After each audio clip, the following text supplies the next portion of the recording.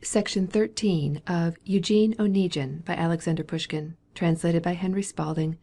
This recording is in the public domain. Recording by Marianne.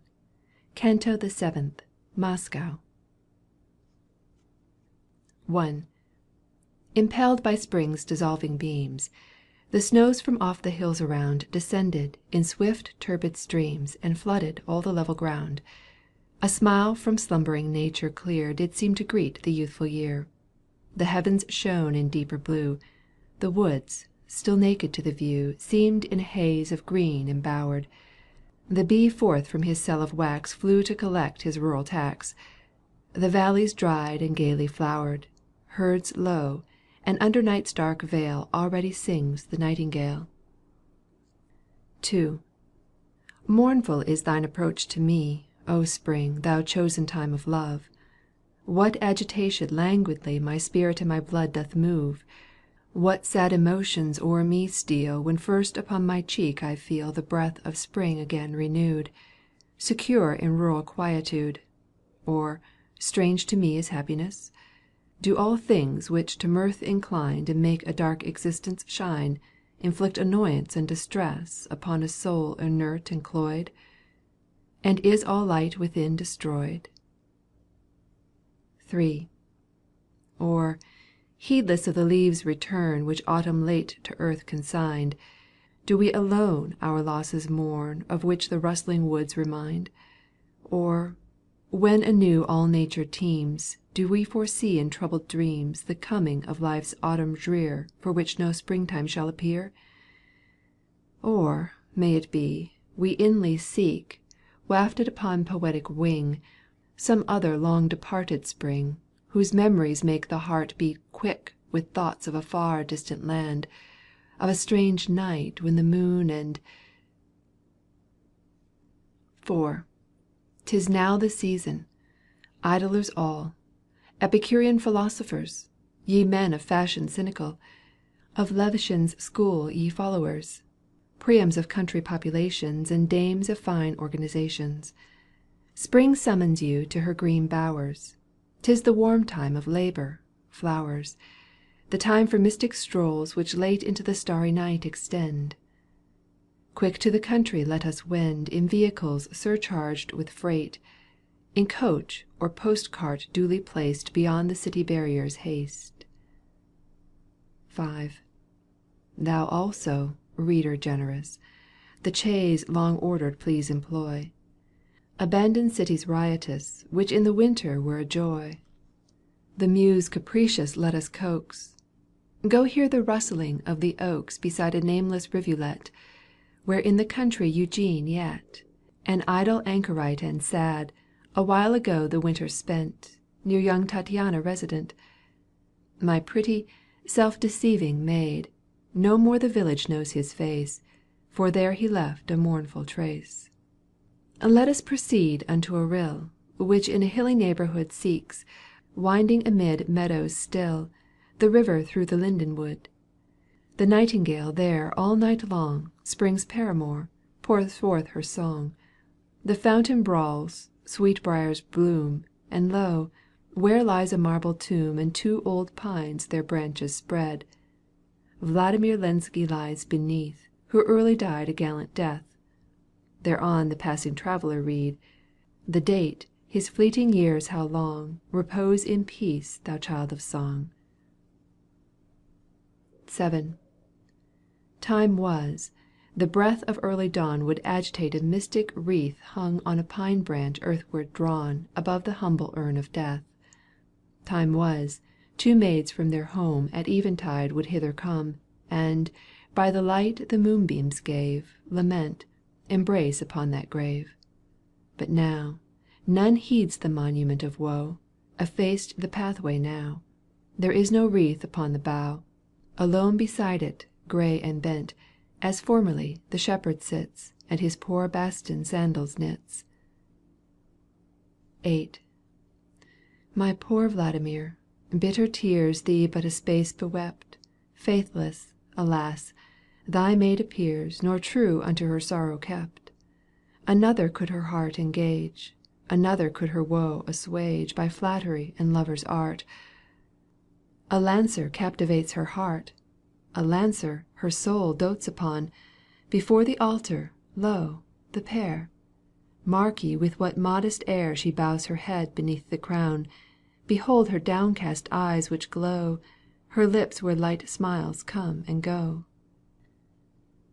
IX. My poor Vladimir, in the tomb, Passed into dull eternity, Was the sad poet filled with gloom, Hearing the fatal perfidy? Or, beyond Lethe lulled to rest, Hath the bard, by indifference blest, Callous to all on earth become? Is the world to him sealed and dumb? The same unmoved oblivion On us beyond the grave attends. The voice of lovers, foes and friends Dies suddenly. Of heirs alone Remain on earth the unseemly rage, While struggling for the heritage.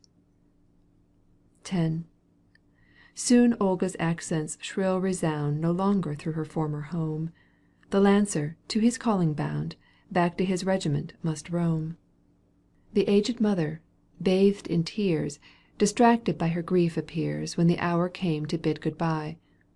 But my Tattiana's eyes were dry. Only her countenance assumed A deadly pallor, air distressed, When all around the entrance pressed, To say farewell, and fussed and fumed Around the carriage of the pair. Tattiana gently led them there. XI.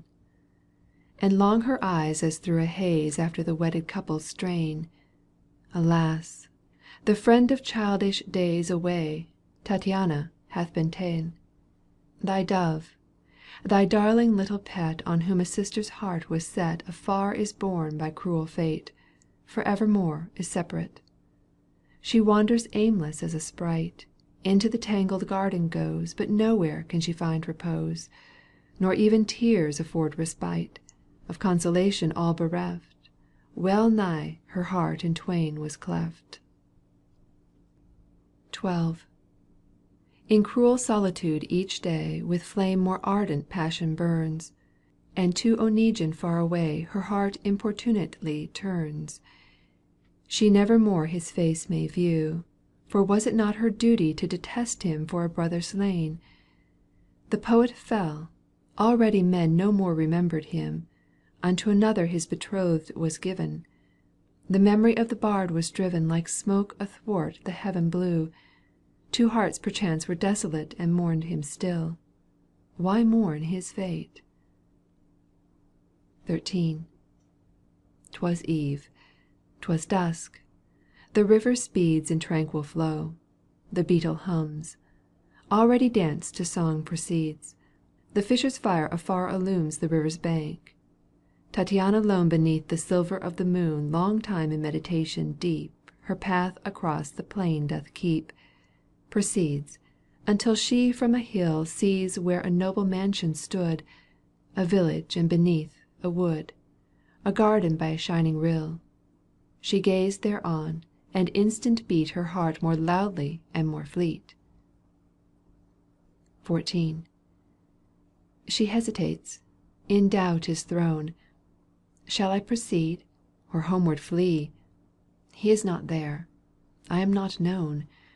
The house and garden I would see. Tattiana from the hill descends With bated breath, around she bends A countenance perplexed and scared. She enters a deserted yard. Yelping, a pack of dogs rush out. But at her shriek ran forth with noise The household troop of little boys, Who with a scuffle and a shout The curs away to kennel chase, The damsel under escort place. XV. Can I inspect the mansion, please?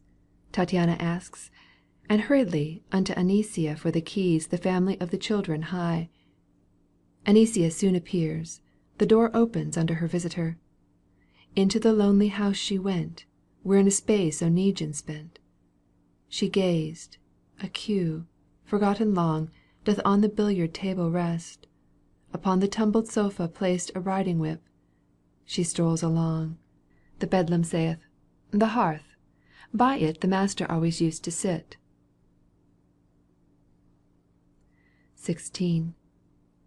Departed Lenski here to dine In winter time would often come. Please follow this way, lady mine. This is my master's sitting room. 'Tis here he slept, his coffee took, Into accounts would sometimes look, A book at early morn perused. The room my former master used. On Sundays by yon window he, Spectacles upon nose, all day Was wont with me at cards to play. God save his soul eternally, And grant his weary bones there rest, Deep in our mother earth's chill breast. XVII. Tattiana's eyes with tender gleam On everything around her gaze. Of priceless value all things seem, And in her languid bosom raise A pleasure though with sorrow knit. The table with its lamp unlit, The pile of books, with carpet spread Beneath the window sill his bed, The landscape which the moonbeams fret, The twilight pale which softens all, Lord Byron's portrait on the wall And the cast iron statuette With folded arms and eyes bent low, Cocked hat and melancholy brow. XVIII. Long in this fashionable cell Tattiana as enchanted stood. But it grew late, cold blew the gale, Dark was the valley and the wood Slept o'er the river misty grown, Behind the mountain sank the moon. Long, long the hour had passed When home our youthful wanderer should roam. She hid the trouble of her breast, Heaved an involuntary sigh And turned to leave immediately, But first permission did request Thither in future to proceed That certain volumes she might read. XIX. Adieu she to the matrons said At the front gates, but in brief space At early morn returns the maid To the abandoned dwelling place. When in the study's calm retreat, Wrapped in oblivion complete, She found herself alone at last, Long time her tears flowed thick and fast. But presently she tried to read. At first for books was disinclined, But soon their choice seemed to her mind Remarkable. She then indeed Devoured them with an eager zest, A new world was made manifest. XX. Although we know that Eugene had long ceased to be a reading man, certain authors, I may add, he had excepted from the ban. The Bard of Juan and the Giaour, with it may be a couple more.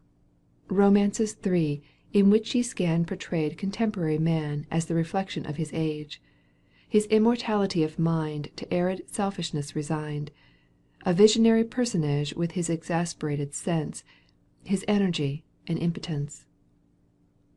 XXI. And numerous pages had preserved The sharp incisions of his nail, And these the attentive maid observed With eye precise and without fail.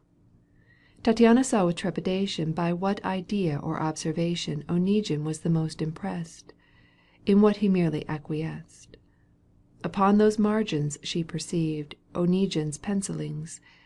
His mind made revelations undesigned, Of what he thought and what believed, A dagger, asterisk or note Interrogation to denote. Section 14.